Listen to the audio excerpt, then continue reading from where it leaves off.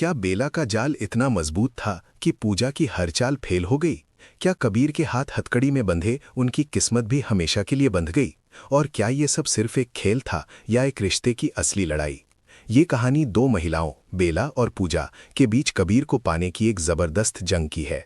बेला, जो खुद को बहुत चतुर समझती है, पूजा द्वारा घर में छुपाई गई हर चीज ढूंढ निकालती है। वो पूजा के इरादों को शतरंज की चालों से जोड़ती है, मानो खेल का हर दांव उसे पहले से पता हो। बेला को एहसास होता है कि पूजा ने उसके खेल को महसूस किया है और उसकी हर हरकत उसे सुनाई देती है।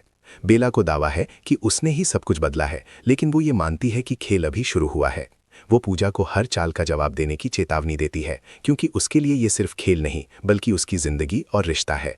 बेला को हैरानी है कि पूजा को कैसे पता चला कि उसने सब कुछ बदल दिया है, जबकि उसे लगा था कि सब कुछ वैसा ही है।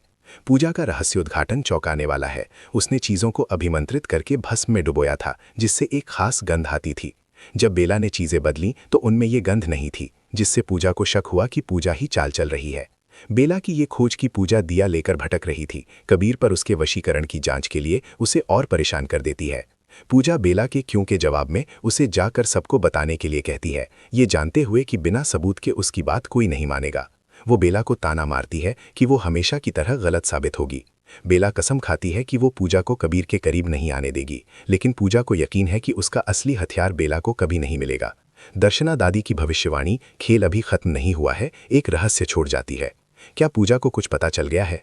बेला, जो अपने वशीकरण के लिए कागज के टुकड़ों का इस्तेमाल कर रही है, पूजा और कबीर के 7 फेरों को तोड़ने की ठान लेती है। उसे डर है कि अगर पूजा ने सच बता दिया तो उसका खेल खराब हो जाएगा। दूध में नींद की गोलियां मिलाकर बेला पूजा और कबीर को देर तक सुलाने की योजना बनाती है, ताकि वो अपना काम कर सके। लेकिन पूजा की चतुराई कबीर के हाथ में हथकड़ी डालकर बेला की राह मुश्किल बना देती है। पूजा को कबीर के साथ वक्त बिताने का मौका मिलता है, जबकि बेला हताश हो जाती है। कबीर का गुस्सा और बेला की बेचैनी इस कहानी को और गहरा बनाती है। क्या पूजा का वशीकरण काम करेगा, या बेला का बदला हुआ प्लान कहानी को एक नया मोड़ देगा? आगे क्या होगा ये तो वक्त ही बताएगा। इसीलिए मैंने दूध में नींद की गोलियां मिलाई थी, ताकि तुम दोनों देर तक सोते रहो और मैं